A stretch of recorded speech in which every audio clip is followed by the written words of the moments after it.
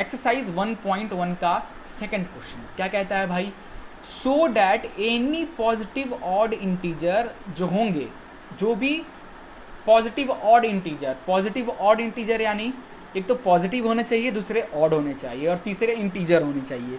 तीन चीज बोला है, कहला ऑड होने चाहिए यानी 3, 5, 7, दूसरा पॉजिटिव होने चाहिए, है ना, और 9 ले लेते हैं, +9, ठीक है।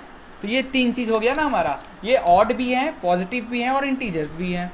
जो हैं वो होंगे इस क्वेश्चन के लिए वो 6q+1 के टर्म में होंगे, 6q+3 के टर्म में और 6q+5 के टर्म में होने चाहिए और होंगे। वेयर जो q जो है, यहाँ पे जो q है वो कोई ना कोई इंटीजर हो सकता है, बट ध्यान देना जो पॉजिटिव ऑड इंटीजर्स होंगे वो 6q+1 और किसी के टर्म में नहीं होंगे, वो 6q+1 के टर्म में होंगे, 6q+3 के टर्म में होंगे या 6q+5 के टर्म में होंगे, ठीक है। इसके अलावा और किसी टर्म में नहीं होने चाहिए, आपको ये प्रूव करके दिखाना है।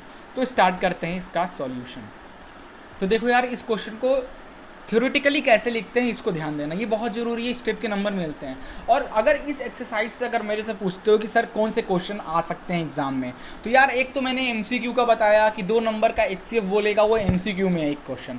दूसरा जो क्वेश्चन है या तो ये सेकेंड क्वेश्चन आ जाएगा या फिर इस एक्सरसाइज में बाकी के जो 3-4 क्वेश्चन है उनमें से कोई एक आएगा।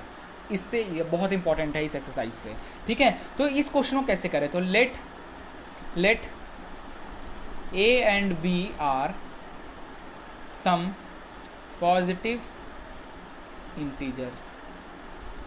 क्या है, A और B को हमने कोई पॉजिटिव इंटीजर मान लिया है एंड B की वैल्यू क्या है, 6 है। यहाँ पे देखो B की वैल्यू क्या है, 6 है। Then they satisfied A is equal to BQ+R, ये सेटिस्फाई करेगा। अब बोलोगे, कुछ बच्चों को डाउट हो सकता सर ये B की वैल्यू 6 कैसे लिख दिया आप, नहीं समझ में आया मेरे को। तो देखो यार, इनको देखो ना, ये देखो 6q+1 को देखो, ये 6q+3 को देखो, ये 6q+5 जो यहाँ पे लिखा हुआ है, ये तीनों जो दिए हैं ये कुछ दिख नहीं रहा है, ये BQ+R के टर्म में नहीं है। ये देखो BQ+R, ये देखो BQ प्लस रिमाइंडर, इस स्टेट में नहीं है ना। तो B की वैल्यू क्या है, तीनों में 6 है, सो B 6, ठीक है। सो R की वैल्यू क्या होगी, R की वैल्यू 6 से कम होगी या फिर 0 से बड़ी या इसके इक्वल हो सकती है। देयरफॉर R की वैल्यू क्या क्या हो सकती है, 0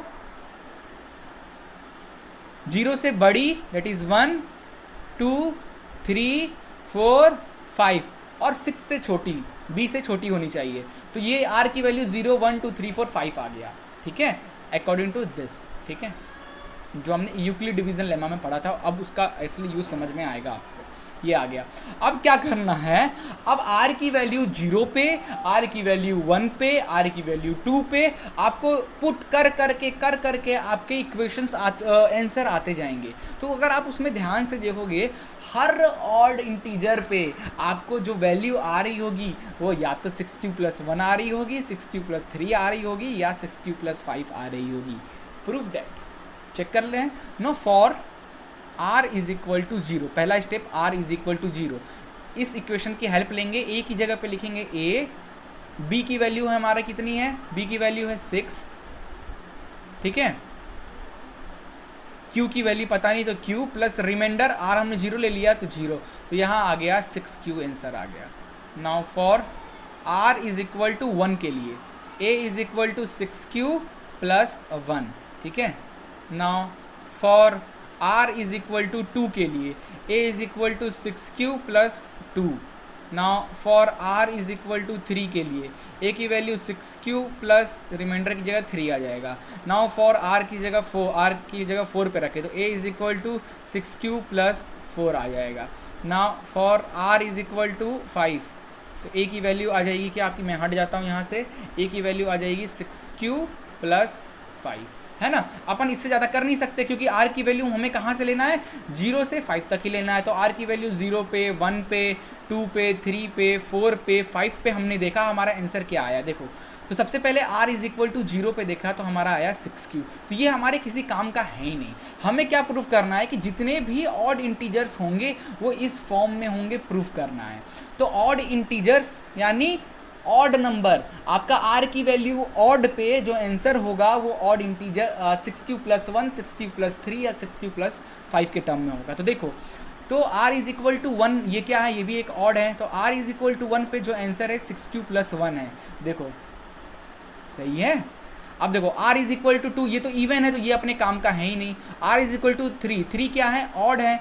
ऑड है तो इसका आंसर इनमें से तीनों में से कोई एक होना चाहिए। तो देखो है क्या, ऑफकोर्स है ये वाला।